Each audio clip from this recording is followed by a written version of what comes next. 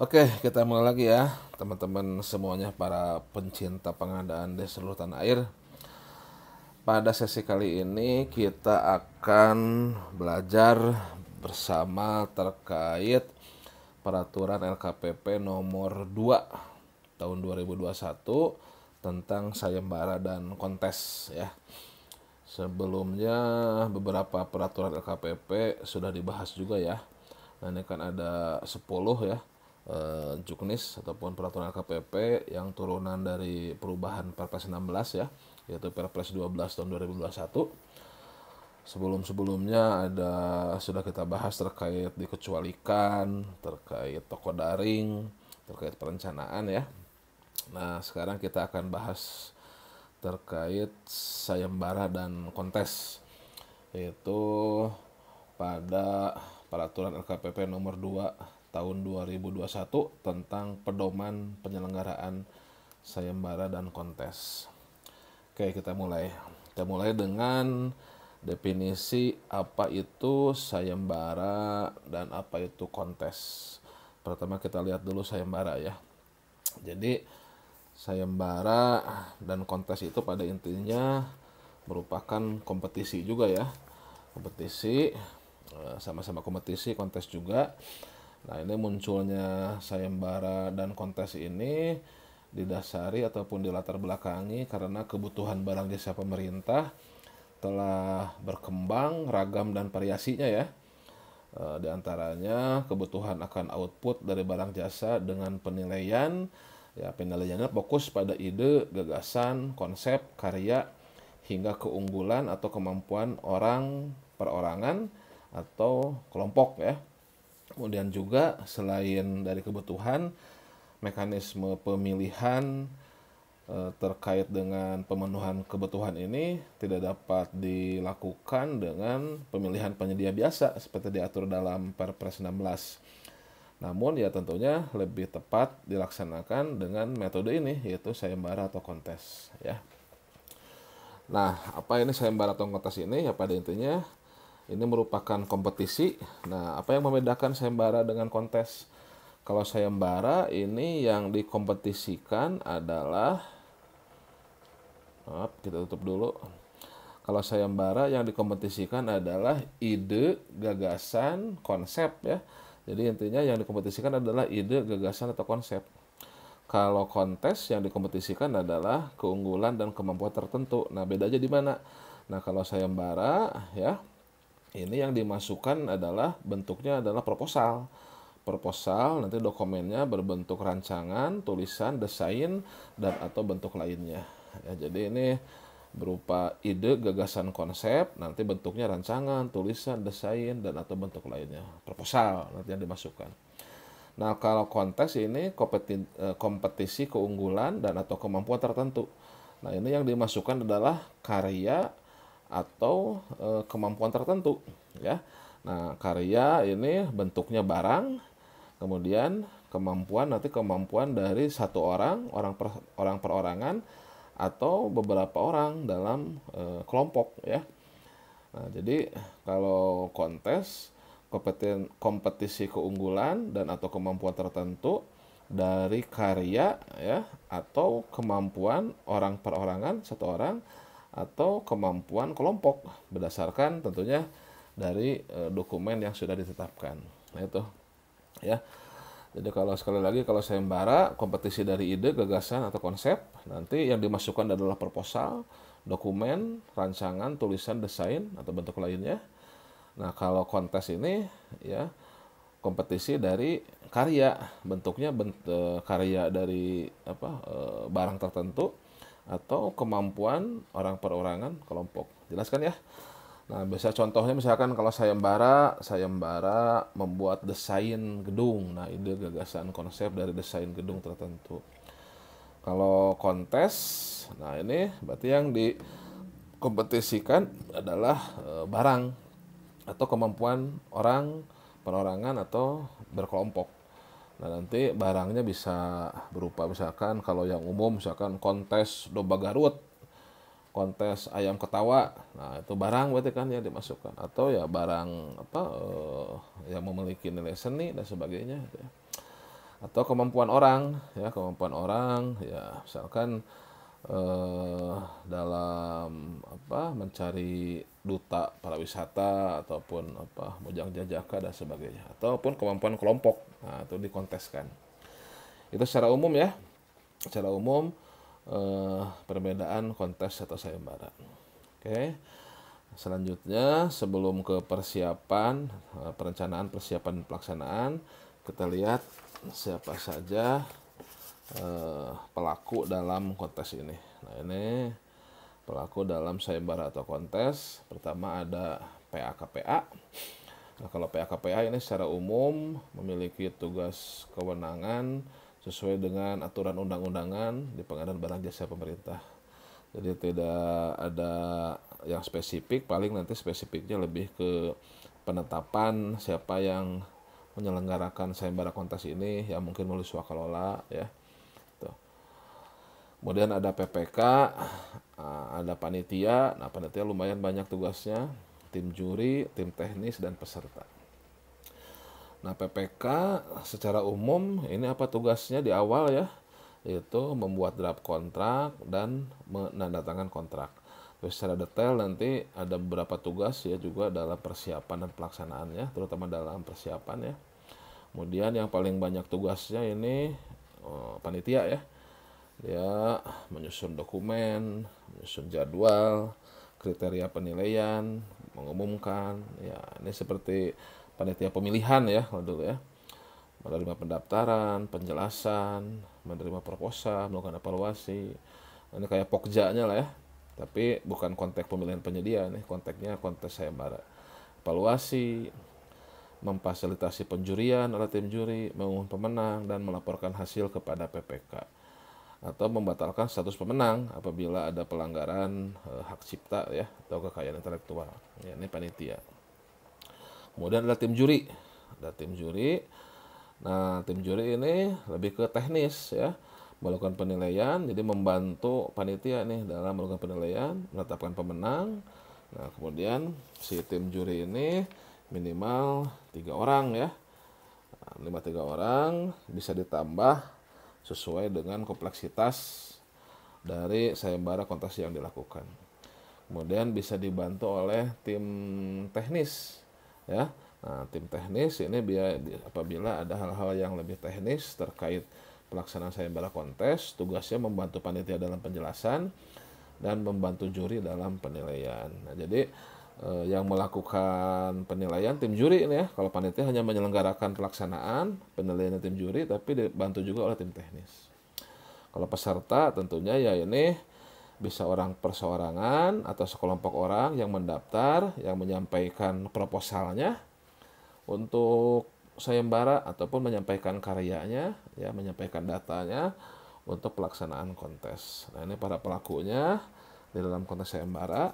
Nah, sekarang kita lihat pertama terkait perencanaan ya, karena pengadaan itu mulai dari perencanaan. Kalau perencanaan ini secara umum diatur dalam peraturan LKPP terkait perencanaan ya, nomor 11 ini. Nah, paling ada hal-hal lebih detail ini apabila pelaksanaan sayembara kontesnya dengan swakala tipe ketiga. Nah, ini ada peranan PA-KPA, ada peranan PA-KPA dan peranan PPK ya. Selanjutnya proses persiapan. Persiapan apa saja? Nah, ini di sini terlihat nih ada peranan PA-KPA dalam persiapan ya. Itu di mana PA-KPA menetapkan tim pelaksana swakalola tipe 1 sebagai panitia ya. Jadi apabila pelaksanaan sayembara kontesnya dengan swakalola tipe 1, maka PA-KPA menetapkan panitianya. Kemudian menetapkan tim juri berdasarkan usulan PPK, menetapkan tim teknis bila diperlukan, dan menetapkan bentuk hadiah. Oke. Kemudian dalam persiapan apabila swakalola ketiga, nah pimpinan ormas pelaksana swakalola menetapkan tim pelaksana swakalola tipe ketiga sebagai panitia. Hampir mirip ya dengan PA-KPA di atas, cuman ini oleh pimpinan ormas. Kemudian ada peranan PPK menetapkan rancangan kontrak dan mengusulkan tim juri kepada PA-KPA. Kemudian panitia, tentunya tadi panitia ya Menyusun dokumen intinya menyiapkan semua pelaksanaan dalam kontes sayembara ini, panitia. Udah pelaksanaannya bagaimana secara umum? Nah, ini secara umum baik kontes sayembara kurang lebih ya mirip-mirip inilah pemilihan penyedia ya. Ada pengumuman, ada pendaftaran dan ambil dokumen, penjelasan, penyampaian proposal kalau sayembara, karya kalau kontes dan data peserta ya. Kemudian dinilai, penilaian, penetapan pemenang dan pengumuman pemenang atau juara. Nah, ini dalam pelaksanaan. Kemudian juga bisa diberikan kompensasi ya. Kompensasi dalam keikutsertaan sayembara kontes ya. Kemudian penetapan pemenang, nanti pemenang bisa juara pertama, juara kedua, juara ketiga, atau pemenang juara berdasarkan kategori tertentu. Nah, itu pelaksanaan dari kontes atau sayembara. Kemudian terakhir, secara umum, nah ini dalam penyelenggaraan sayembara dan kontes ini bisa diberikan hadiah. Nah, hadiahnya bisa berupa uang atau berupa barang. Nah, nanti tahapannya pertama, panitia melaporkan hasil sayembara atau kontes kepada PPK. Kemudian PPK dan pemenang menandatangani kontrak sayembara atau kontesnya untuk pemberian hadiah ya. Nanti hadiahnya bisa uang ataupun barang ya. Kalau uang dibayarkan langsung ke rekening pemenang. Kemudian menandatangani berita acara serah terima hadiah PPK dan pemenang. Dan terakhir, pajak atas hadiah ditanggung oleh pemenang sayembara atau juara kontes ya. Nah, itu gambaran umum dari sayembara dan kontes ya. Minimal, mudah-mudahan minimal bisa memberikan sedikit banyak memberikan gambaran umum tentang apa itu sayembara kontes ya, apa bedanya ya. Kemudian hal-hal apa saja yang disiapkan, apa saja yang dilaksanakan, siapa pelaku-pelakunya ya. Nah, sebagai gambaran umum saja. Untuk detailnya nanti bisa dilihat pada pelemnya ya, pelem nomor 2. Nah, ini pelem 2. Nah, yang barusan di-sharingkan itu baru isi pasal-pasalnya. Nah, untuk uraiannya bisa dilihat pada lampirannya nih. Nah, lampirannya ini detailnya bagaimana pelaksanaannya ya. Nah, ini panitia dalam menyusun menetapkan dokumen itu apa saja ya yang disiapkan dalam dokumennya, dari mulai output yang disayembarakan atau karya atau peserta yang dikonteskan, apa outputnya nih, persyaratan pesertanya, kalau dalam tender mah seleksi mah kualifikasinya ya, spesifikasi output yang disayembarakan, tata cara penyampaiannya bagaimana, tahapan jadwal, kriteria penilaian, bentuk hadiah, dan rancangan kontrak. Nah, ini dokumen sayembara kontes ya. Tuh detailnya silahkan dilihat di pelem 2 ini ya, detailnya nih silahkan dibaca kembali. Oke, itu ya secara umum terkait penyelenggaraan sayembara kontes. Terima kasih atas perhatiannya. Sehat selalu dan salam pengadaan dari Bogor.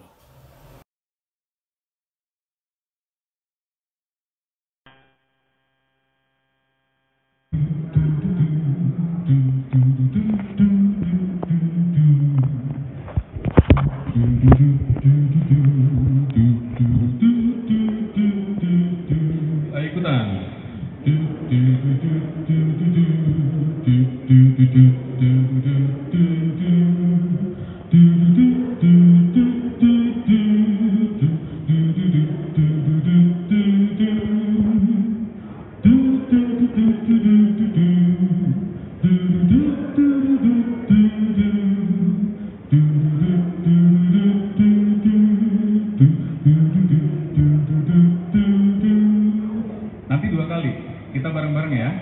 Ayo dari awal. 1, 2, 3. Di suaranya yang keras ya.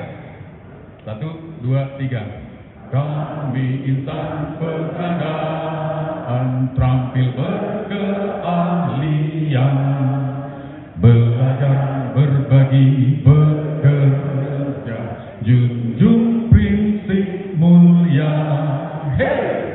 Kami agen perubahan, selalu mengasah diri, tangguh dan tahan cobaan.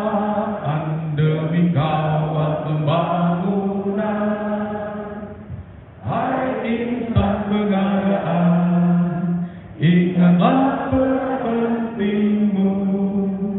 Majulah, majulah negeriku, kami siap mengawalmu. Cukup belum? Sekarang kita berdiri. Ayo. Ini harus yang keras Ibu Bapak ya. Kita nyanyi 2 kali. Oke, nyanyi 2 kali. Kaki kiri depan, mungkin harus semangat itu dulu ya. Huha kita pakai dulu ya. Nanti Pak Bapak ada huha lagi. Jangan lupa. Saya bilang pengadaan, Ibu Bapak teriak. Oke. Saya bilang agen perubahan, Bapak Ibu. Siap ya. Pengadaan.